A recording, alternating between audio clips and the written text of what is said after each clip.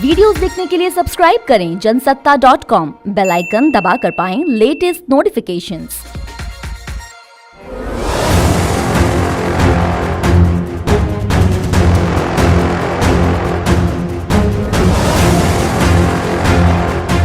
नमस्कार, जनसत्ता में आपका स्वागत है। यूपी में मतदान और एग्जिट पोल के बाद अब मतगणना को लेकर सियासत शुरू हो गई है। मतगणना से पहले मंगलवार को 3 ट्रकों पर ईवीएम को ले जाने और समाजवादी पार्टी के कार्यकर्ताओं का उसे लेकर विरोध जताने का विवाद अब और ज्यादा जोर पकड़ चुका है। समाजवादी पार्टी के सहयोगी दल सुहेल देव भारतीय समाज पार्टी के नेता ओपी राजभर ने चेतावनी दी है कि जब तक वाराणसी के डीएम और कमिश्नर हटाए नहीं जाते तब तक मतगणना नहीं होने दी जाएगी। कि जो आज घटना घटी है बनारस में, जिस तरह 3 गाड़ियां ईवीएम लेके निकली और 2 गाड़ियां तो भाग गई और उसमें बोरे से जो उसको ढक करके लेके निकले, किसी तरह एक गाड़ी पकड़ी गई।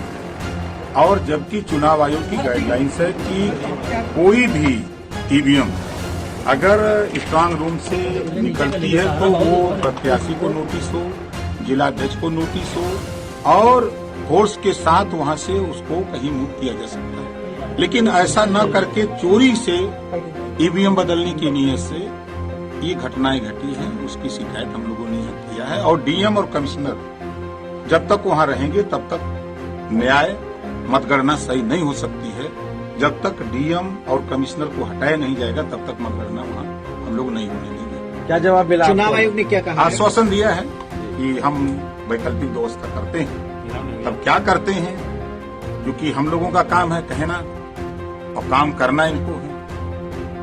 उधर सपा अध्यक्ष अखिलेश यादव ने कहा कि जब से मीडिया में सपा नेताओं के बंगलों और पार्कों के सफाई की खबरें आई हैं, तब से बीजेपी को हार का डर सताने लगा है, वो घबरा गई है। अखिलेश ने कहा कि सीएम और चीफ सेक्रेटरी खुद जिला अधिकारियों को फोन करके गड़बड़ी के निर्देश दे रहे हैं।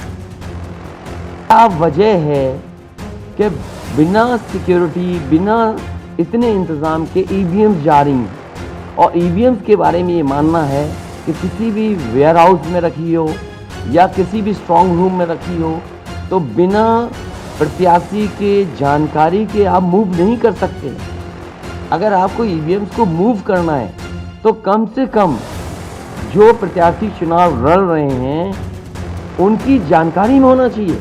और सोचिए, मुख्यमंत्री आवास से प्रमुख सचिव, मुख्यमंत्री जगह जगह फोन कर रहे हों और डीएम्स को बता रहे हों। ये घबरा गए उसी दिन जिस दिन अखबारों में कुछ जगह आया कि कहीं पार्क की सफाई हो रही है, कहीं घर की सफाई हो रही है। और आप में से वो लोग हैं जो जमीन पर घूमे, जो जमीन पर चुनाव चल रहा है, वो भारतीय जनता पार्टी के खिलाफ था। जनता के अंदर नाराजगी थी। इस बीच वाराणसी के जिलाधिकारी कौशल राज ने कहा कि जिन ईवीएम को सपा कार्यकर्ताओं ने पकड़ा वो चुनावी ईवीएम नहीं थी। हालांकि उन्होंने ये जरूर कबूल किया कि प्रोटोकॉल फॉलो करने में गड़बड़ी हुई है। कल वाराणसी में काउंटिंग के जो कर्मचारी हैं उनकी सेकंड ट्रेनिंग है यूपी कॉलेज में।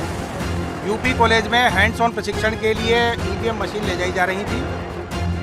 वो ईवीएम मशीन जो 20 केवल कुल संख्या में 20 थी, एक छोटी पिकअप गाड़ी पे, वो कुछ लोगों के द्वारा रोकी गई और ये कंफ्यूजन हुआ उन लोगों में कि ये पोल्ड ईवीएम तो नहीं है। बाद में वो धीरे धीरे इतने लोग यहाँ इकट्ठे हो गए, यहाँ सारे मजिस्ट्रेट आए, सारे अधिकारीगण आए, उन्होंने समझाया। परंतु भीड़ होने की वजह से अब सारे प्रत्याशियों को और पॉलिटिकल पार्टी के जो अध्यक्ष हैं उनको बुलाया गया है कि स्पष्ट कर लें जो ईवीएम ले जाई जा रही थी वो ट्रेनिंग की थी। मेरे पीछे ये कंट्रोल रूम है, पूरा का पूरा जो स्ट्रांग रूम है, जो पोल्ड ईवीएम है ये सारी उसी में रखी हुई हैं। इसकी पूरी बैरिकेडिंग है। इसकी बैरिकेडिंग को ब्रीच करने का मतलब नहीं होता है। जो बाकी ईवीएम्स हैं उनके स्ट्रांग रूम, उनके गोडाउन अलग हैं। ये ईवीएम और वो ईवीएम आपस में बिल्कुल भी कनेक्टेड नहीं है। ये सारी चीज़ स्पष्ट की जा रही हैं। यहाँ पे कुछ लोगों का आरोप है कि कुछ अधिकारियों ने सख्ती की, तो उसकी भी हम जाँच करवा लेते हैं कि कोई सख्ती की बात हुई कि नहीं हुई। हालाँकि यहाँ पे सारे लोग इकट्ठे हैं और बातचीत है। अब सारे प्रत्याशियों को बुलाया गया है और सारी जो मशीनें इलेक्शन के दिन गई थी जिनमें पोलिंग हुई है उस सब की लिस्ट उनको जो मेल से भेजी गई, आज दोबारा हार्ड कॉपी दी जा रही है।